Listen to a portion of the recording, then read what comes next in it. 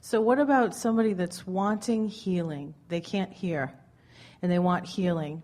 And I encourage them, think positive thoughts, visualize yourself feeling better, find a better feeling place. And we get it. The thing that is so interesting, when you have a vibration going on and you sustain it for a while, that vibration is going to become more. Law of attraction insists on it, until eventually there will be a manifestation.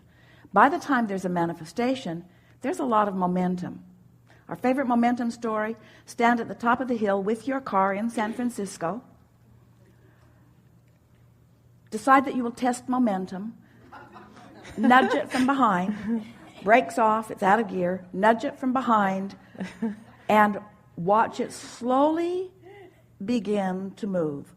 And then come to your senses and realize you don't want to test momentum because your logic tells you what's going to happen. So you just step right out in front of the car and you let it bump up against you, but you stop the momentum because it's easy in the early subtle stages. Mm-hmm. But if you're standing at the base of the hill trying to stop that momentum, right, it's a problem. So after something is manifested, right, you've got a lot of momentum going. And the thing that we so want you to hear in light of what we're talking about here in the middle of this step 4 is you cannot discuss the problem at hand and stay on the high-flying disc. You just can't wake up and think about that without giving up the frequency of what you want. So, our favorite story, Abraham, I've jumped out of an airplane. I don't have a parachute. What do you think I should do now? And we say, hang on, it'll be over in a little bit. Because. So, now we're not saying that everything is like that, but we're saying your normal human spontaneous response to things is to get hold of the problem and wrestle it to the ground and kill it. And there's an easier way of going about it, and that easier way is to try not to think about it. But see, it's not just by the time something has occurred that is manifested that you really don't want, now it's not just not thinking about it.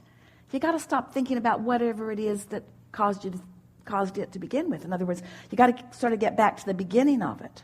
But there's no ending and there's really no beginning. There's only now. So we would suggest just distracting yourself from it. If you distract yourself from it long enough that you can genuinely feel well-being will be yours. Now, what if someone's born with a hearing impairment and they can't hear and they've never know how to hear? They've never experienced it. Then they didn't see it as an impairment. They did it on purpose because they wanted a different vantage point than others have. And it's only the others who seek conformity and sameness from everybody that are calling it a deformity. It's just a different approach. But if they stay in frustration, how do we encourage them to feel what it would feel like to hear if they've never heard before? Well, there are several things that you're asking in this that we want to sort of smooth out here. First of all, your assumption is that it's better for them to hear. Now, we get why you think that. If you'd been listening to the man singing in Esther's room this morning, you would have not thought that.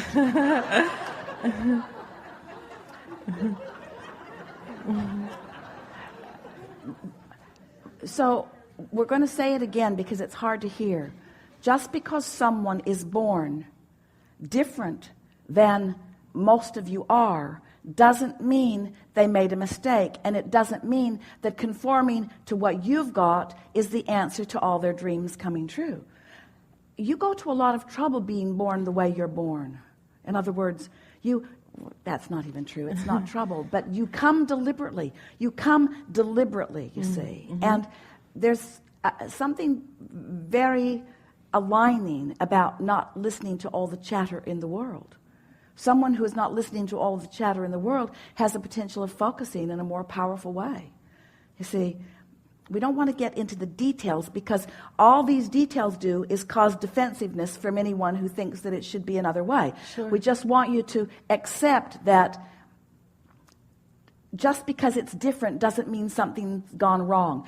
And the next thing is, you can never help anybody get to a place that they want to be or that you want them to be if you think that where they are is in the wrong place. But what if they think so and they choose to be a victim to that? Then, if you're thinking a lot about them, then you're joining them on the victim disc. Okay. And you're not helping them and they're not helping you. Right. I get that. So what is it that makes you so tenacious about figuring out what to do about something that you can't do anything about without sacrificing your own alignment? That's really what this discussion is about. And we know this would upend a lot of people around the planet. Abraham, are you kidding? Aren't I supposed to help everybody? And we say, yes, but you can't do it from less than the high-flying disc. I know, but they've got a problem that I need to talk with you about. And in order to talk about their problem, I have to get on a lower disc. That's fine, get on a lower disc, but don't ask us how you can help them, because you can't help them if you're on a lower disc. Gotcha. You got to accept them as whole and perfect as they are before you can be of any value to them whatsoever. And humans, you're speaking to something that is so big and so important, because most humans really believe that things should be a certain way. So they put things in piles. These are good piles, and these are bad piles, and these are not so good piles, and these are better piles, and these are worse piles, and there's piles, and let's just examine the piles. And we say, let's not. Because what you're doing by examining manifestational piles is you're letting the pile cause you to choose your disc. So there's a not good pile. We need to do something about it. All right, get on this disc and try. How's it going? Not so good. My life's going pretty much like this pile. Law of attraction says it must. Yeah, but if I get up here on this disc, I feel like I'm betraying that pile. I feel like I'm turning my back on it. I feel like I'm denying, or I feel like I'm not doing the work. I'm supposed to be an uplifter, and here I am up here, and here they are down there. Shouldn't I go down and help them? We say, go ahead. Try it. All right, I'm down here now.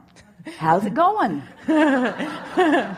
Well, it sucks. I hate it down here. Will somebody else up there come down and help us?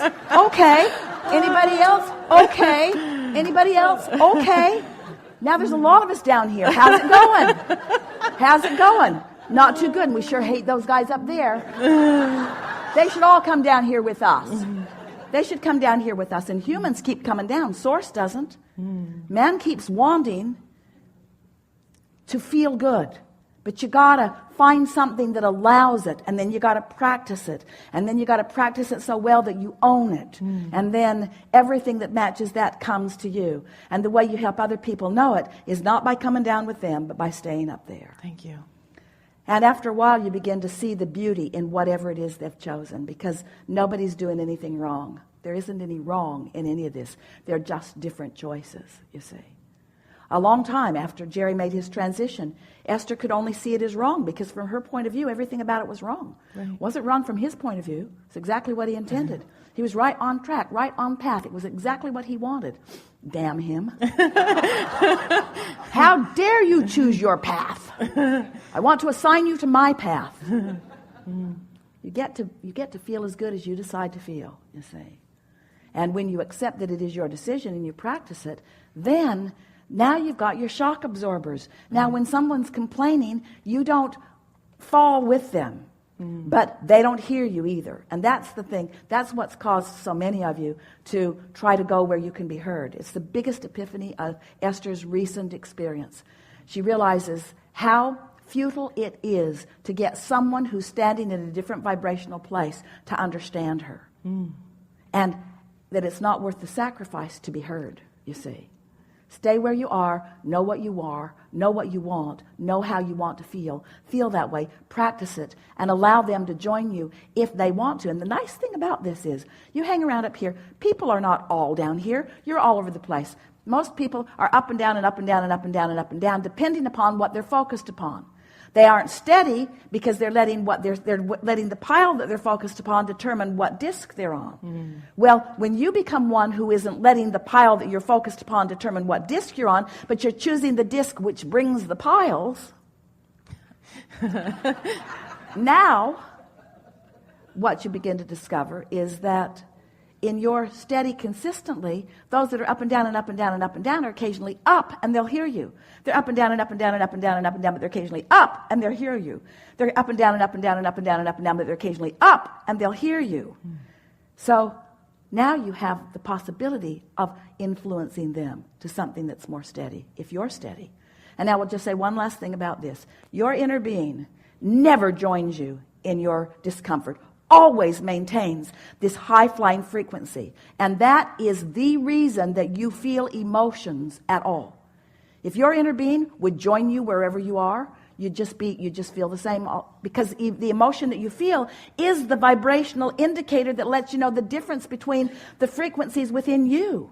Everything you feel is about your split or your not split energy.